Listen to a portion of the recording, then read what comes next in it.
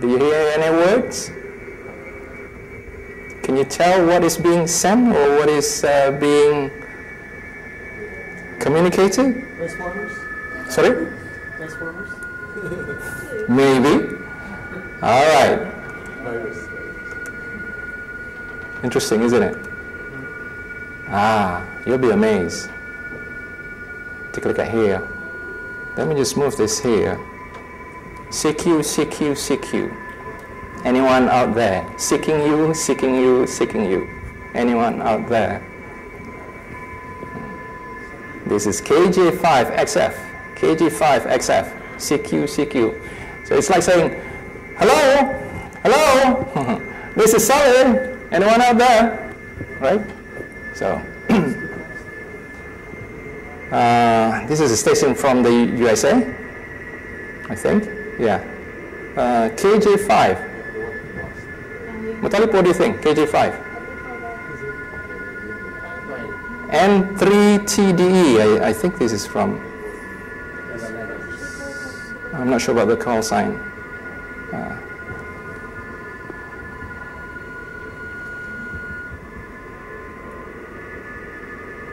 Okay, let's take a look at this one. Okay. Have you ever seen this before? No? First time, yeah? All right, I think that's good enough. Let me see. You can, let me just stop that noise.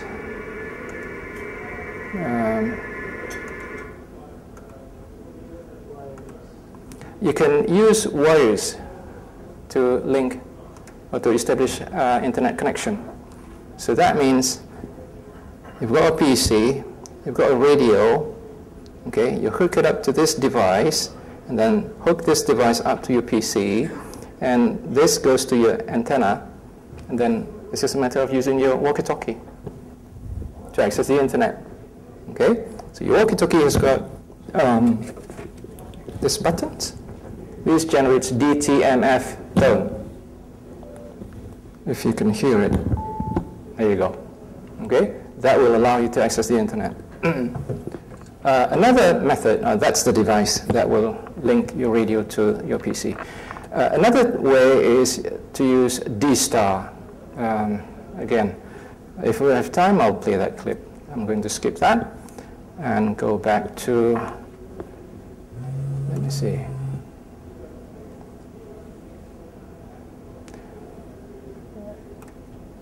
Now, amateur radio and disaster. Contribution to the country. How we use amateur radio in emergency and disaster relief works or disaster situations. Now, first of all, let's compared to USA or China, our natural disasters basically flood, landslide, mudslide, tropical storms. Whereas in Indonesia, we've got earthquake, volcanoes, and you know, in the US, there is the what's it called? Tornadoes. Yeah, right. In Malaysia, it's severe flood always, and then you've got building collapse, fire explosion, plane crash. Very rare, but it happens.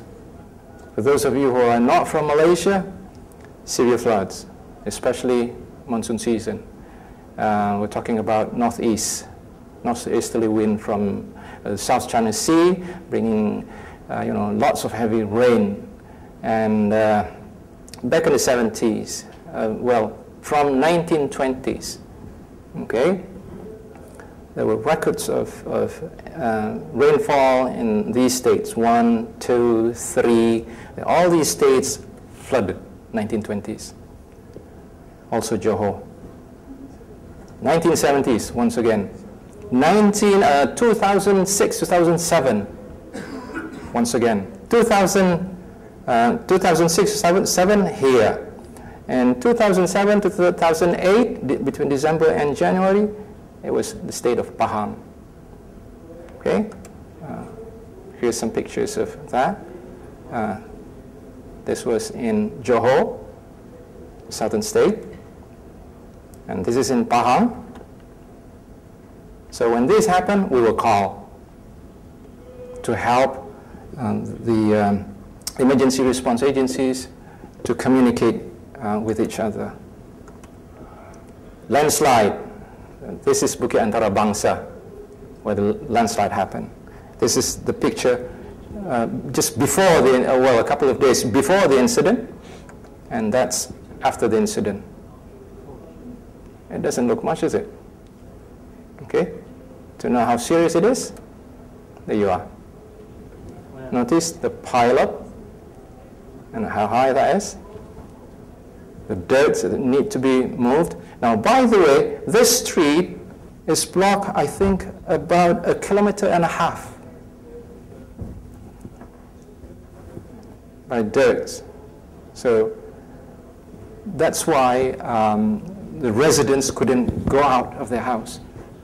They couldn't drive the cars out of the house. So the residents on the other side and on these sides were all trapped. They could walk out, but they couldn't drive. That's why most of the residents stayed or remained there, because they were afraid of the security of their belongings. Okay? Next. Radio equipment that we use there. Some of the houses. Now, by the way, this house here was actually somewhere else before the landslide. Okay? Yeah. After the landslides, well, the landslide actually brought the house there. Next. Okay, the ambulance on standby. Victims brought in to the trauma center. I was at the trauma center, and here's our team. Now, when we were there, you might be wondering why we were there in the first place.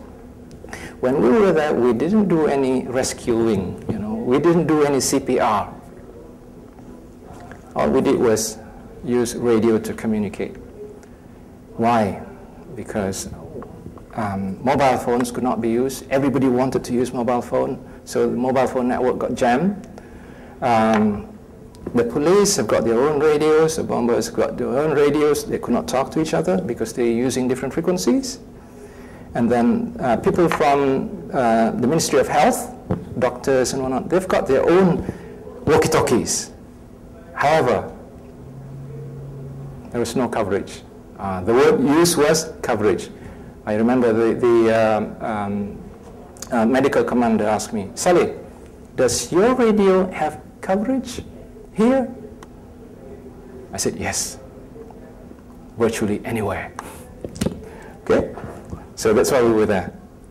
They wanted 5 stations at the trauma center, at the forward base, at the temporary shelter, 1 mobile following the commander and the doctors, okay, and 1 at the fire and rescue department. And then lost mountain climber. What happened was a group of mountain climbers went up to Gunung Yongyap. This is in the north, in Kelantan, in the state of Kelantan, between Kelantan and Perak.